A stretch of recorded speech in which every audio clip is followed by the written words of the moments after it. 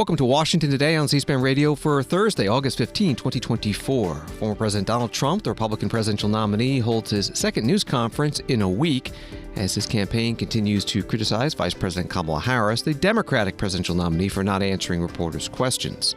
Senator J.D. Vance of Ohio, the Republican vice presidential nominee, will debate Governor Tim Walz of Minnesota, the Democratic vice presidential nominee, on October 1st on CBS.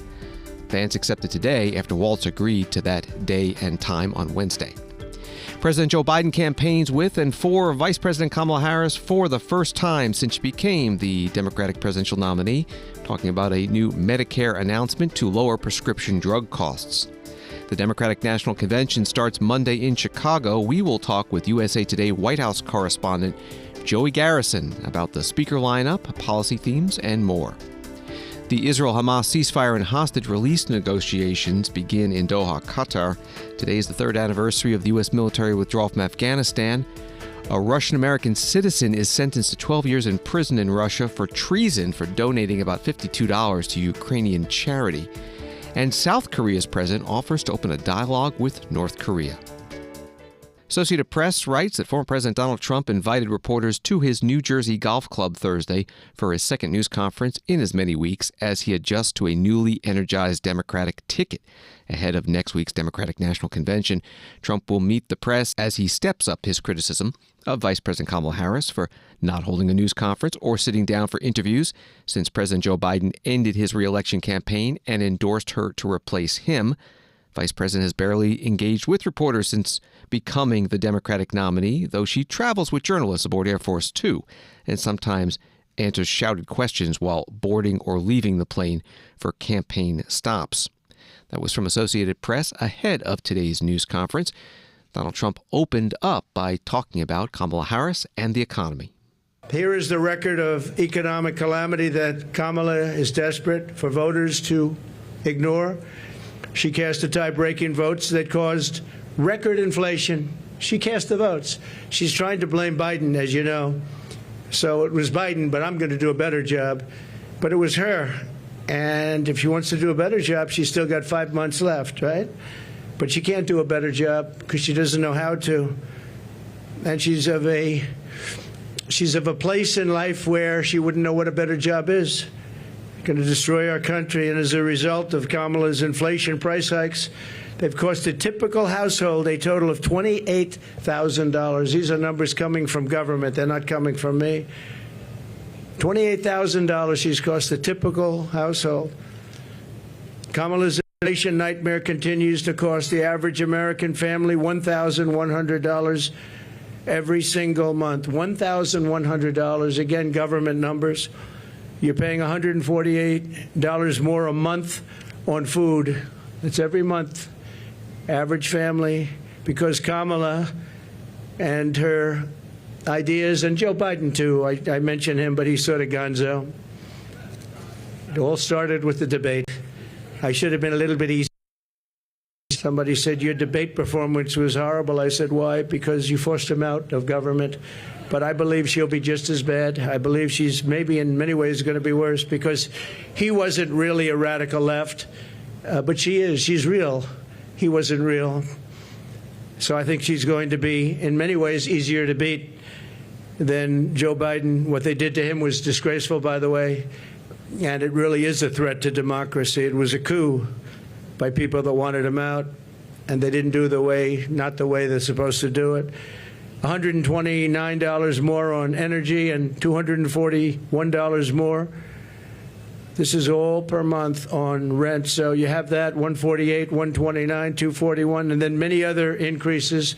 You add it all up, it's thousands and thousands of dollars that she and he have cost people. Former President Donald Trump, Republican presidential nominee, opening up his news conference at Trump National Golf Club, Bedminster, New Jersey. CBS News campaign reporter Jake Rosen posting on X, the backdrop here in Bedminster ahead of Trump's press conference and remarks, boxes of Oreos, cereal, gallons of milk, and bags of flour, and signs pointing to price increases under the Biden-Harris administration.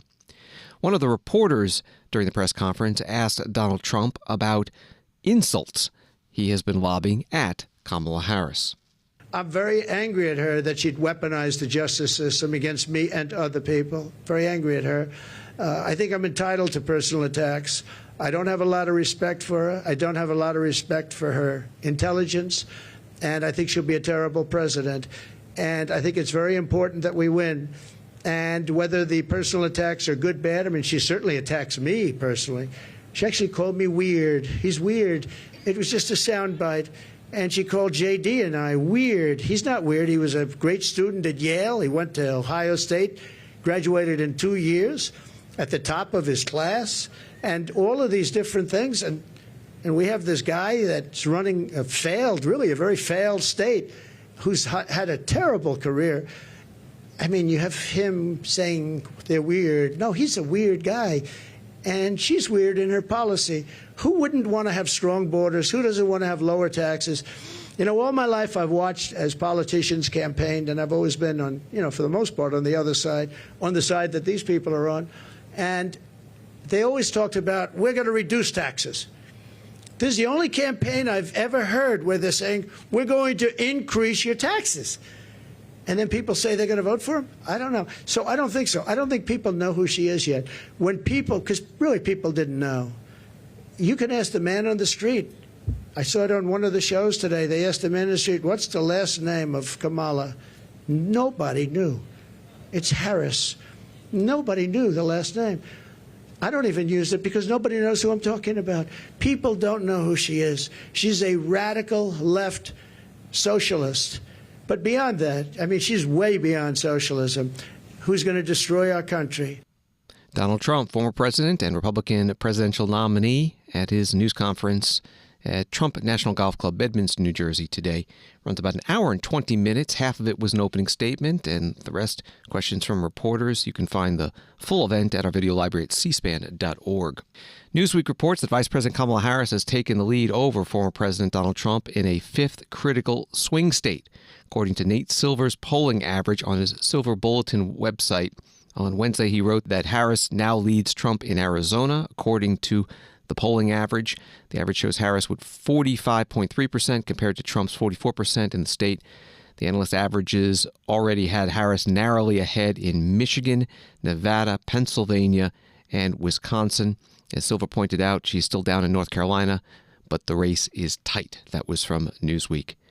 Republican vice presidential nominee, Senator J.D. Vance of Ohio, and the Democratic vice presidential nominee, Governor Tim Walz of Minnesota, have agreed to debate on October 1st on CBS. That network had offered 4 potential dates yesterday, and Governor Walz accepted October 1st. Today, Senator Vance also accepted October 1st and suggested a second debate in September. But the Harris-Walz campaign declined the second vice presidential debate, saying in a statement, Donald Trump's campaign accepted our proposal for 3 debates, 2 presidential and a vice presidential debate. Senator Vance spoke about the debates while taking reporters' questions at a campaign stop today in New Kensington, Pennsylvania. News is out that you've agreed to a debate on October 1st, and you're calling for additional debates. Can you explain what do you hope to get out of those additional debates? Well, it's not really what I hope to get out of these additional debates. It's what the American people deserve to get out of seeing the people who want to be their vice president actually debate.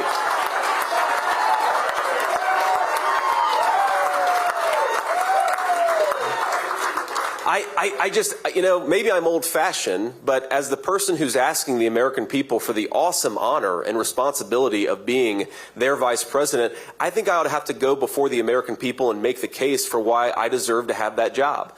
And I think it's disgraceful that Tim Walz and Kamala Harris are running from every media interview, running from every reporter. They refuse to respect the American people enough to stand before them and actually ask them for their vote. So I think we ought to do as many debates as we possibly can. I know that President Trump has invited Kamala Harris to do 3 debates. She's only agreed to 1. Tim Walz, I guess we agreed to do a debate on October 1st, but CNN, not exactly friendly to me, much more left-wing than almost any other media station. CNN wants to do a debate in mid-September. And I said, yes, absolutely, because the American people deserve it. And one final point about this. Look, the Harris campaign is not running a political campaign. They're trying to produce a movie.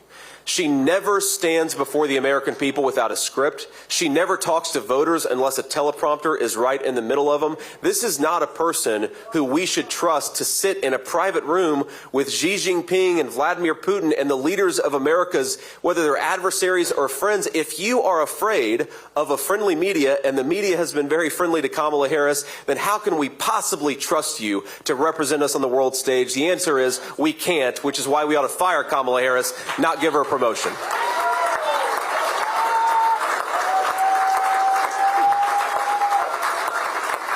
Ma'am. For CNN, I wanted to ask what rules and stipulations did you advocate for within these EP debates?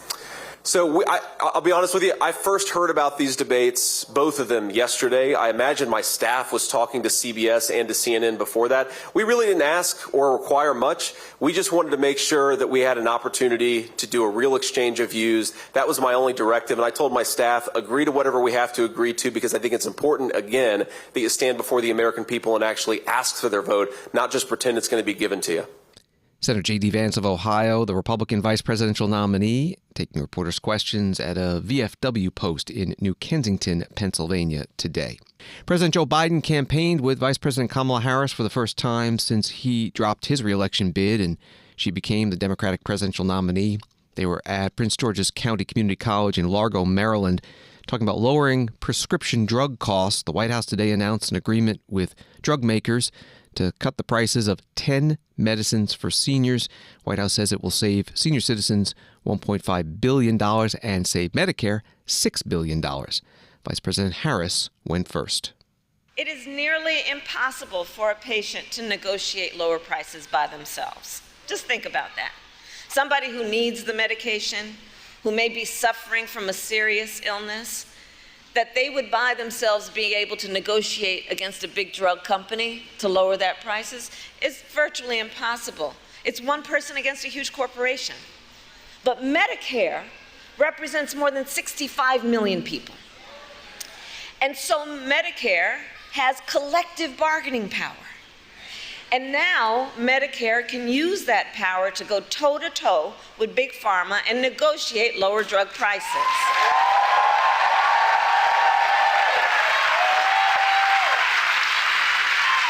Thank you, Joe.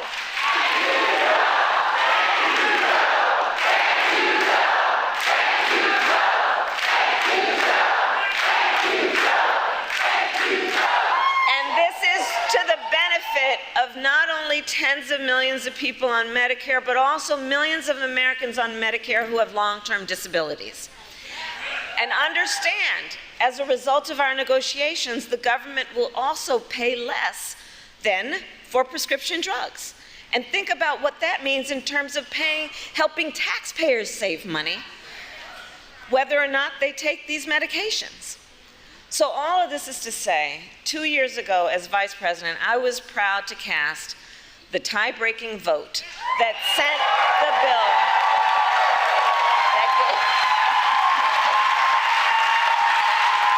that gave Medicare the power to negotiate and let it get to the president's desk, and I was proud when our president, Joe Biden, signed that bill into law. In the 2 years since, we've been using this new power to lower the price of life-saving medications, and now to announce the result of those negotiations. It is my eternal and great, great, great honor, I have to tell you, to serve with this most extraordinary human being and American and leader, our President, Joe Biden. Vice President Kamala Harris, the Democratic presidential nominee, today in Largo, Maryland. By the way, tomorrow, CNN writes she's expected to call for a federal ban on price gouging to lower grocery prices and everyday costs for Americans in her first economic policy speech in Raleigh, North Carolina. Vice President joined today by President Biden, who said, "I have an incredible partner in the progress we made. She's going to make one hell of a president." And then President Biden talked about the Medicare prescription drug price agreement. Last summer, I announced under that law, Medicare is going to select, and it's already passed law, 10 drugs a year going up to 20 till we get every single drug every year. Drugs treat from everything from heart failure, blood clots, kidney disease, arthritis, blood cancers, and more. And today, I'm proud to announce that Medicare has reached agreement with all manufacturers on all 10 drugs selected in the first round of negotiations. The new lower prices for all 10 drugs will go into effect in January of 2026, not this January, next January. Negotiations cut the price of these 10 drugs for Judy and others who are Medicare nearly 40 to 80%, depending which drug it is. Let me give you one example. Non-insulin diabetes drugs cost $530 a month. Some of you may know that. Guess what? It's now only going to cost $115. By the way, these new prices on 10 drugs will cumulatively mean $1.5 billion less out of pocket for patients to the drug companies. Lower copays for many of the 9 million seniors who take these drugs. But that's not all. We're also saving the American taxpayer because of the new changes, $6 billion a year, because Medicare won't have to pay out them. Imagine that, $6 billion a year. But we could do that for child care and health care and so much more. We're just getting started. Under the law I signed, Medicare can negotiate lower prices for another 15 drugs next year, 15 the following, and 20 after that till every drug is covered. That's the law, now. This is another really big deal. It means that Americans can save more money on from life-saving medications they need and deserve, and bring peace of mind. President Joe Biden with Vice President Kamala Harris at Prince George's Community College in Largo, Maryland, their first campaign event together since the president dropped out of the race for president and the vice president became the Democratic presidential nominee. You can find this full event at cspan.org, our video library. Just 30 seconds more from it. At one point, President Biden seemed to give Donald Trump a nickname. Not a single Republican voted for this bill, period. Not one in the entire Congress. Now, the reason I say that is not to make a political point about them, not if they've gotten their lesson, but guess what? They want to, the guy we're running against, what's his name? Donald Dump or Donald, whatever. They want to get rid of this, what we passed. They're fighting to get rid of what we've just passed. No, I'm serious. The Democratic National Convention begins Monday in Chicago. For a preview of what to expect, joining us on the phone is Joey Garrison, White House correspondent for USA Today. Thanks for being with us. You wrote an article about the big-name speakers who have been announced. What do we know? Yeah, thanks for having me on. The week is going to start Monday night with President Joe Biden giving his remarks. Of course, this is going to be not the speech he wanted to give originally. He was originally set to be, of course, the Democratic nominee, dropped out of the race last month. Monday night, look for really an evening for Democrats to pay tribute to his more than 5 decades of service, elected service in Washington, and he'll give those remarks. He'll be preceded in the evening by former Secretary of State Hillary Clinton, of course, lost the race for president in 2016. The next night, former President Barack Obama, who really pretty much still is the top star among Democrats, he will be giving his remarks Tuesday night. Then on Wednesday, former President Bill Clinton will give remarks and introduce really Tim Walz, the vice presidential running mate and governor of Minnesota, who Harris named, of course, last week to the ticket.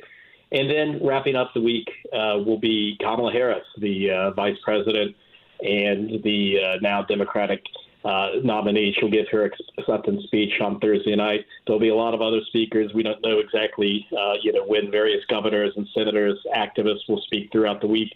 But those are your headline speakers. And really, it's unusual for a convention to have what will be 3 presidents in Clinton, Obama, and Biden giving remarks, and then, of course, the person who wants to be the next president on the Democratic side, Kamala Harris.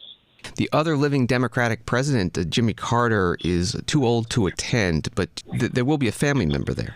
Yeah, the grandson of Jimmy Carter, Jason Carter, is expected to give remarks on behalf of his grandfather, Jimmy Carter, 99 years old, nearing 100.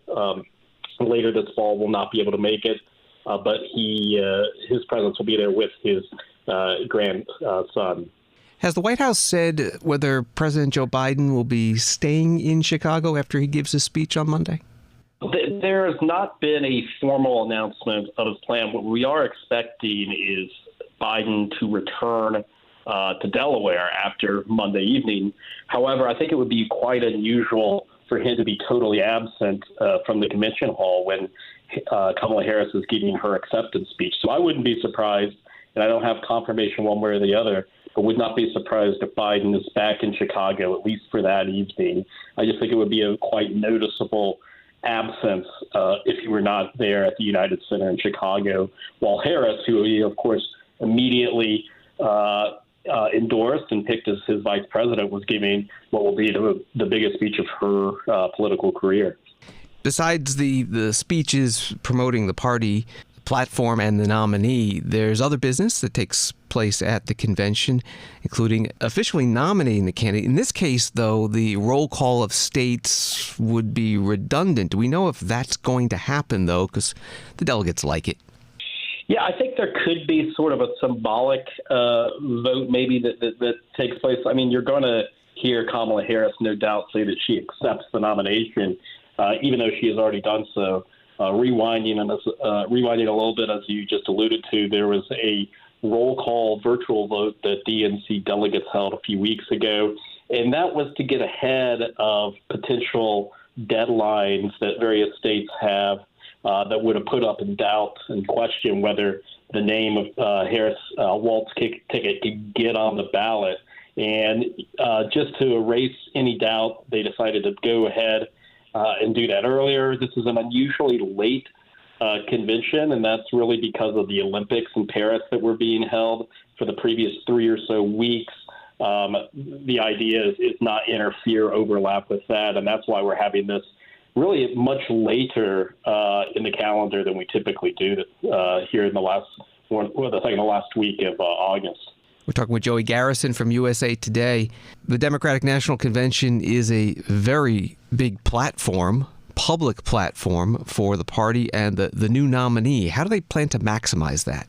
Yeah, I mean, if you think about the last month, I mean, it's been an extraordinary kind of turnaround in this election. A month ago, President Biden was the Democratic incumbent running for re-election. He was struggling in polls, had really been behind polls to Trump the whole year. He drops out of the election on July 21st. Harris becomes the nominee. And I think to the surprise of a lot of people, she's really turned around this race in terms of the energy, enthusiasm she's gotten from Democrats. She's erased a lot of the polling leads that Trump had in battleground states, and she's now ahead. And you know, she's raised a lot of money and really excited the base. And so this, you know, this late delayed DNC convention that we're having really works very well to her advantage, giving her this opportunity to kind of harness what's been out there in these very limited campaign appearances she's had in arenas last week, to harness that and put it forward into a real national audience. And in talking to a lot of experts, you know, I think the temptation, of course, could be for her to play to the Democratic base, play to the left there, considering that's who she'll be addressing. But I think if she, you know, a lot of people see an opportunity to speak beyond that base to a broader electorate and really get maybe a catapult even further coming out of this convention. And, you know, right now, the majority of polls nationally are starting to have Harris ahead. Definitely in battleground states, they're starting to have her ahead. And because of this late-timed convention, that's a very good spot to be in as you start getting in towards that Labor Day weekend. A lot of folks have traditionally looked at that as the real start kind of the home stretch of the race. I mean, you turn the corner here, we'll have some debates, and then it's going to be time to start early voting. And so this is really starting to get into the home stretch, less than 80 days away, where she has a time to really seize momentum further. And a final question, the DNC returning to Chicago, people are Remembering in 1968, there were violent protests in the streets, and we're expecting, groups are promising protests this time. Yeah, there should be tens of thousands. I've seen projections ranging, towards 30, 40,000 people, depending on who you're looking at, expected to be protesting Israel's war in Gaza. And it's going to be a test for Democrats and for Harris to both acknowledge kind of the concerns a lot of the protesters from the left are airing, but also put together a coherent convention that stays on message and stays on theme. All of that, of course, is going to be outside of the arena, the United Center in Chicago, but it's certain to garner a lot of media attention. And if things get very hectic, and cause a major disruption, it's going to look bad for the party. So that's something, of course, Democrats and the law enforcement in Chicago have known for months, that this is going to be a major protest event. So it's something that they've worked on to both contain but allow people to exercise their First Amendment rights. And we're, finally here at this moment. So we'll see how large of a disruption it ends up being. Joey Garrison is White House correspondent for USA Today. His articles are at usatoday.com and on X at Joey Garrison. Thank you very much. Hey, thanks for having me. C-SPAN's coverage of the 2024 Democratic National Convention begins Sunday at 2 p.m. Eastern with a preview live from Chicago. It will be on C-SPAN television, streamed at cspan.org, or follow it on the C-SPAN Now mobile app, which is free. And next week, live gavel-to-gavel convention coverage will be on all of the C-SPAN networks, including here on C-SPAN Radio, each night, and then followed by an open phone session so you can call in and comment about what you've heard and seen. One other bit of political news, New Jersey Globe reporting that Governor Phil Murphy intends to appoint George S. Helmy, his former chief of staff, to the United States Senate to replace Bob Menendez. Murphy is expected to formally offer Helmy the post on Thursday and announce his selection on Friday, but the decision is locked. Helmy, a 44-year-old Mountain Lakes resident, was the most powerful non-elected official in New Jersey politics. While serving as Murphy's chief of staff for nearly 5 years, he also served as deputy chief of staff and state director for U.S. Senator Cory Booker, and as an aide to Booker's predecessor, Frank Lautenberg. Menendez was convicted last month on federal bribery and conspiracy charges. His resignation takes effect on August 20th, on the second day of the Democratic National Convention in Chicago. That was from the New Jersey Globe. Wall Street today, the Dow up 554, NASDAQ up 401, S&P up 88. Labor Department says the number of Americans applying for unemployment benefits fell last week by 7,000 to 227,000. An AP article explains that weekly filings for unemployment benefits, which are a proxy for layoffs, remain low by historic standards. Washington today continues in a moment. The House will be in order. This year, C-SPAN celebrates 45 years of covering Congress like no other.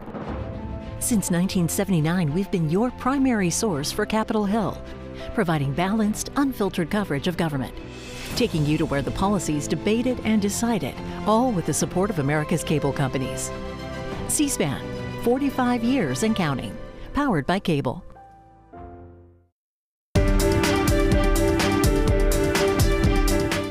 Welcome back to Washington Today, available as a podcast wherever you find your podcasts and on the free C-SPAN Now mobile app. From the Washington Post, negotiations over a Gaza ceasefire and hostage release deal framed by U.S. officials as a final stage bid to end the conflict resumed Thursday, as local health authorities said the Palestinian death toll in Gaza has passed 40,000. CIA Director William J. Burns and White House Middle East Coordinator Brett McGurk joined Israeli officials as well as mediating partners from Egypt and Qatar for fresh talks in Doha, aimed at ending the conflict and bringing Israel's hostages home. Hamas representatives were not in attendance. A member of the group's diplomatic team confirmed after its lead negotiator, Ismail Haniyeh, was assassinated during a trip to Tehran last month. In public, Israel has neither confirmed nor denied its role in the killing of the Hamas leader, though it privately told U.S. officials afterward that it was responsible. That was from the Washington Post. John Kirby is White House National Security Communications Advisor, and in an audio briefing said today is a promising start. John, what is the main obstacle to getting a hostage ceasefire deal? I don't know that I could identify just one, Steve. I think it's important to remember what we're doing right now, and the details we're working out are details of implementation. It's not that we're having a debate over the framework of the deal. We're at a point now where the framework is generally accepted, and where the gaps are in the execution of the deal, the individual muscle movements that go with putting the deal in place. And I know I'm talking around it, and I know that's not helpful. I know what you want to know is what are the hangups, what are the details of implementation that are still being hashed out, and I'm just not going to get into that. But I do think it's important to put this into some context. We're talking about specific implementing measures of the deal that still need to be agreed to. So what our team is hoping for some constructive talks here today. And as I said earlier in my opening statement, we expect that those talks will continue into tomorrow. White House spokesperson John Kirby during a virtual news conference. He was also asked about whether the U.S. still believes that Iran will launch a retaliatory attack against Israel for the killing of the top Hamas official in Tehran a couple of weeks ago. Jerusalem Post article says that the U.S. has beefed up its military presence in the region in advance of a possible Iranian attack and has stated repeatedly that it is prepared to help defend Israel. John, you alluded to the other factor in here, which is whether Iran goes ahead with some kind of an attack, either directly or indirectly. So you bring us up on your thinking. Now, it's not been, nearly 3 weeks since the killing of the Hamas leader in Tehran. We haven't seen a reaction. Obviously, you've been sending lots of messages to the Iranians. Are you getting any kind of response back? Do you have any sense of whether they've made a political decision to go ahead, whether they are considering the effects on the talks underway in Doha here? What's your read? And then I have a Ukraine question for you when you're done. Yeah, I want to be careful that I don't get into intelligence assessments in too great a detail, David. We obviously are watching this very, very closely, as you might expect. As you also rightly noted, we have been messaging Iran through our counterparts, through people that have direct diplomatic relations with Iran. And of course, we have our own ways of doing that through other vehicles, as you know. And our messages have been consistent. We don't want to see an escalation here. And we would like to prevent the outcome of them attacking Iran. In addition to all that intense diplomacy, as you know, we've also made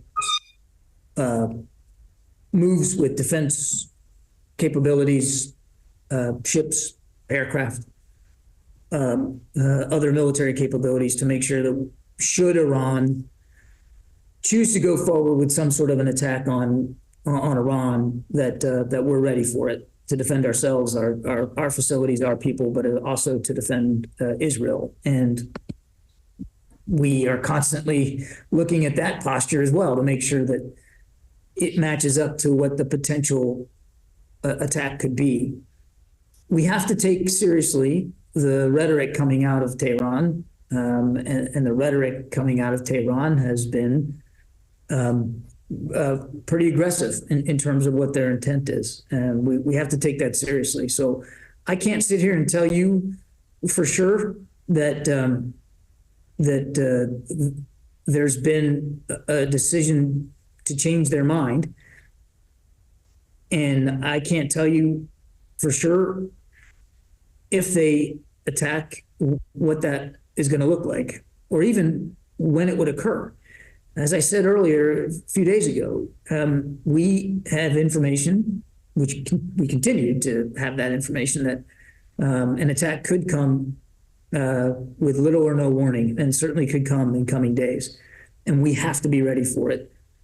But the messaging effort continues and will continue because what we're really after is de-escalation and trying to prevent this. White House National Security Communications Advisor John Kirby in an online audio news conference.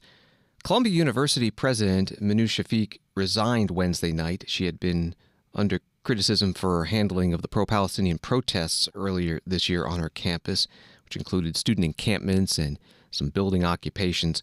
U.S. House Speaker Mike Johnson, Republican from Louisiana, with a statement saying he hopes the resignation, quote, serves as an example to university administrators across the country that tolerating or protecting anti-Semites is unacceptable and will have consequences.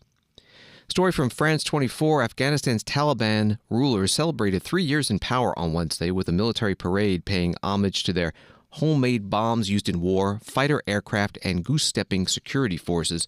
The Taliban's armed forces towed Soviet-era tanks and artillery pieces through the former U.S. air base in Bagram, where Chinese and Iranian diplomats were among hundreds who gathered for the parade and speeches. The former Bagram base once served as the linchpin for U.S.-led operations against the Taliban for 2 decades. There were U.S.-made armored personnel carriers, the black and white flag of the Islamic Emirate of Afghanistan, the Taliban government's formal name for the country, fluttering above them. That was from France 24. That was from Wednesday. Today is the 3rd anniversary of the U.S. military withdrawal from Afghanistan. And Congressman Jim Banks, Republican from Indiana, a Navy reservist who served in Afghanistan, talked about the anniversary at a campaign event for Republican vice presidential nominee Senator J.D. Vance at a VFW post in New Kensington, Pennsylvania. It was today, 3 years ago, that Afghanistan officially fell to the Taliban. Shameful.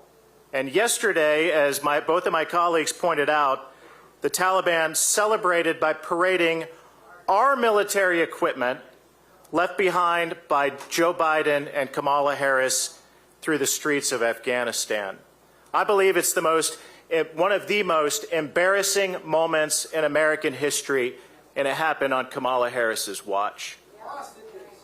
In fact, Kamala Harris said herself, and I'll quote, that she was the, quote, last person in the room. Never forget this. She bragged about being the last person in the room when they ordered the Afghanistan withdrawal. Say what you will about Tim Walz, he wasn't in that room. He definitely wasn't in Afghanistan.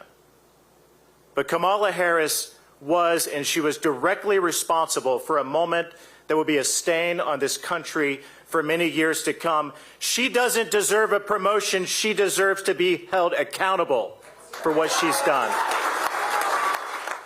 Congressman Jim Banks, Republican from Indiana, with other Republican members of Congress who served in Afghanistan, Michael Walz of Florida and Brian Mast of Florida, at a VFW post in New Kensington, Pennsylvania, along with Senator J.D. Vance of Ohio, the Republican vice presidential nominee.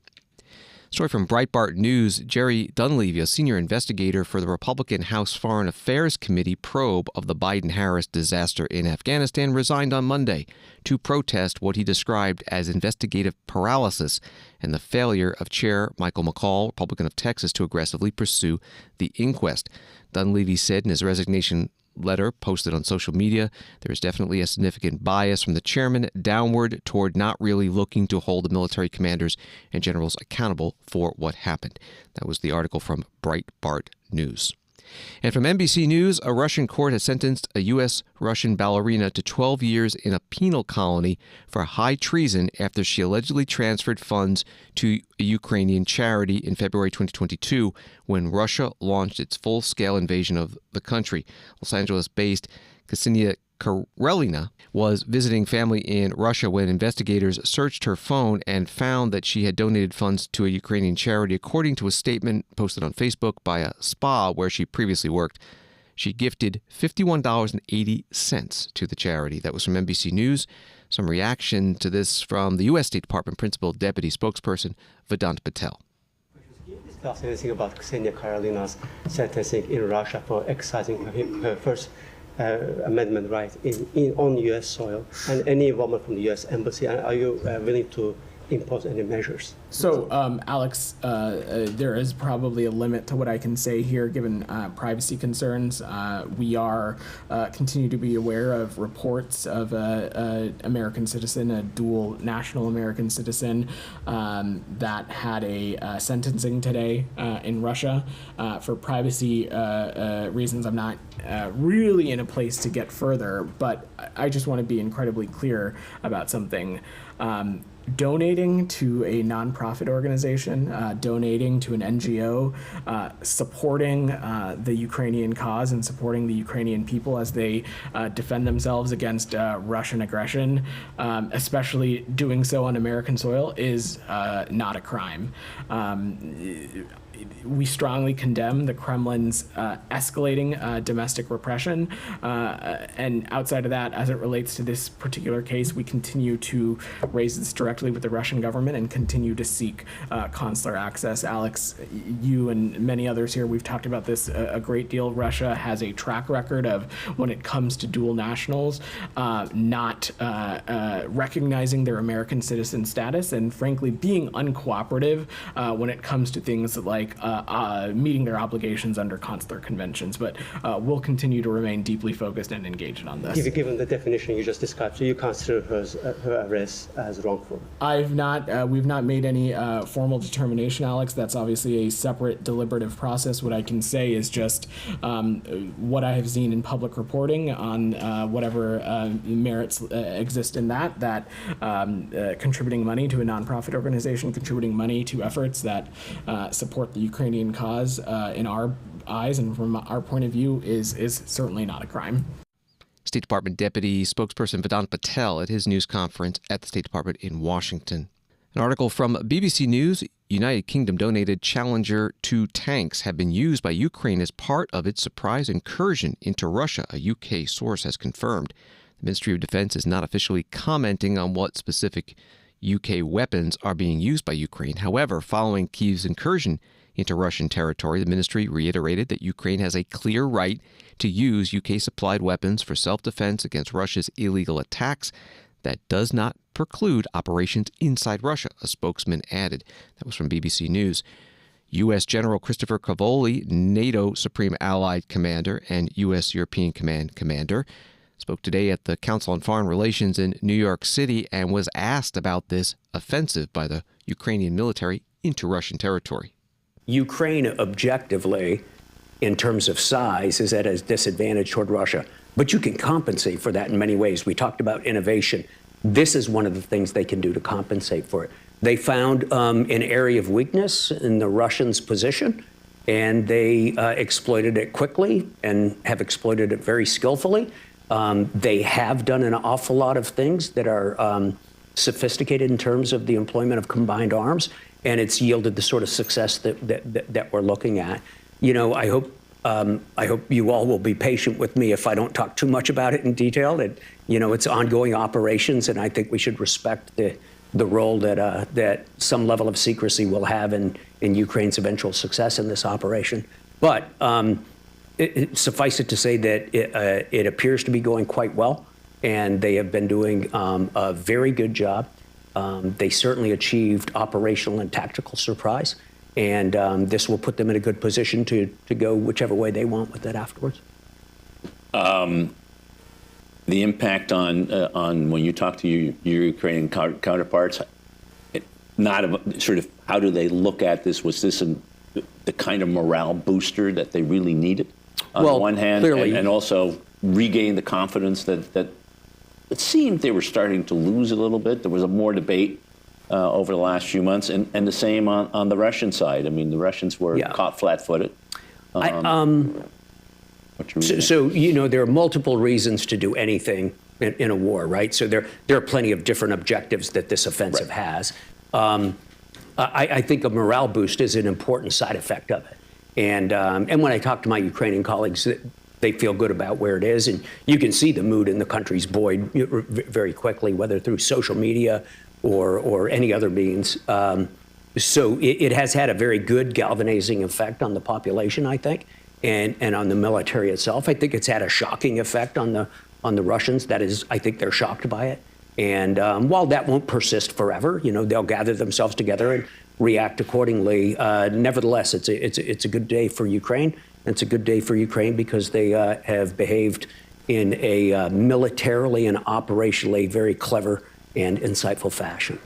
General Christopher Cavoli, NATO Supreme Allied Commander at the Council on Foreign Relations in New York City today. South Korean President Yoon Suk-yeol, writes UPI, on Thursday outlined a vision for unification with North Korea and offered to open a working group for dialogue, even as tensions with Pyongyang remain precariously high. Yoon laid out a plan in an address marking South Korea's Liberation Day, which celebrates the 1945 end of Japan's colonial rule, saying that complete liberation remains an unfinished task for us.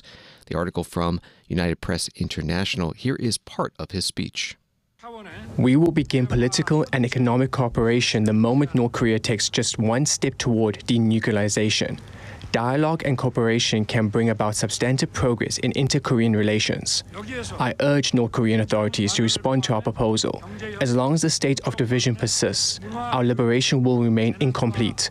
The freedom we enjoy must be extended to the frozen kingdom of the North, where people are deprived of freedom and suffer from poverty and starvation. The South Korean President Yoon Suk-yeol in Seoul. That audio from the news site TRT World. In Washington, D.C., Mira Rapp-Hooper, National Security Council East Asia and Oceania Senior Director, was at the Hudson Institute, asked about possible resumption of negotiations with North Korea. And at the end of her remarks, you'll hear the moderator, Patrick Cronin. Tetsuko Japan Institute of International Affairs. Mira, thank you very much. This is a tough question, I know. The core function, core objective of the trilateral is to seek and achieve the denuclearization of North Korea. And we are enhancing our defense cooperation. We are enhancing the deterrence. But to achieve the denuclearization, we need to talk to North Koreans. So is there any engagement strategy to achieve this through dialogue with North Koreans? It is a tough question, but it is an essential question. So thank you, Tetsuo. We talk all the time as a trilat about what our engagement strategies are and how to coordinate them.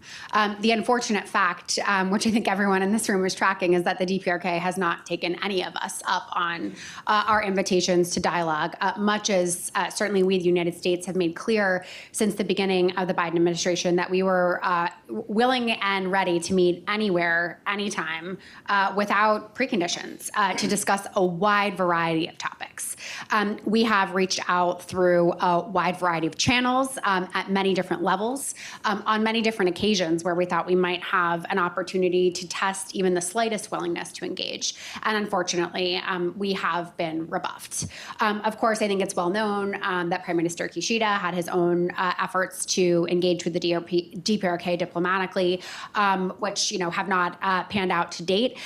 So unfortunately, the pattern of behavior that we have seen is the DPRK being totally uninterested in engagement with us and doubling down on its cooperation with Russia. That said, our perspective hasn't changed. We're ready and willing to meet anytime, anywhere, to discuss a wide variety of topics, even as denuclearization and the DPRK's illicit programs remain a core focus of all of our trilateral work together.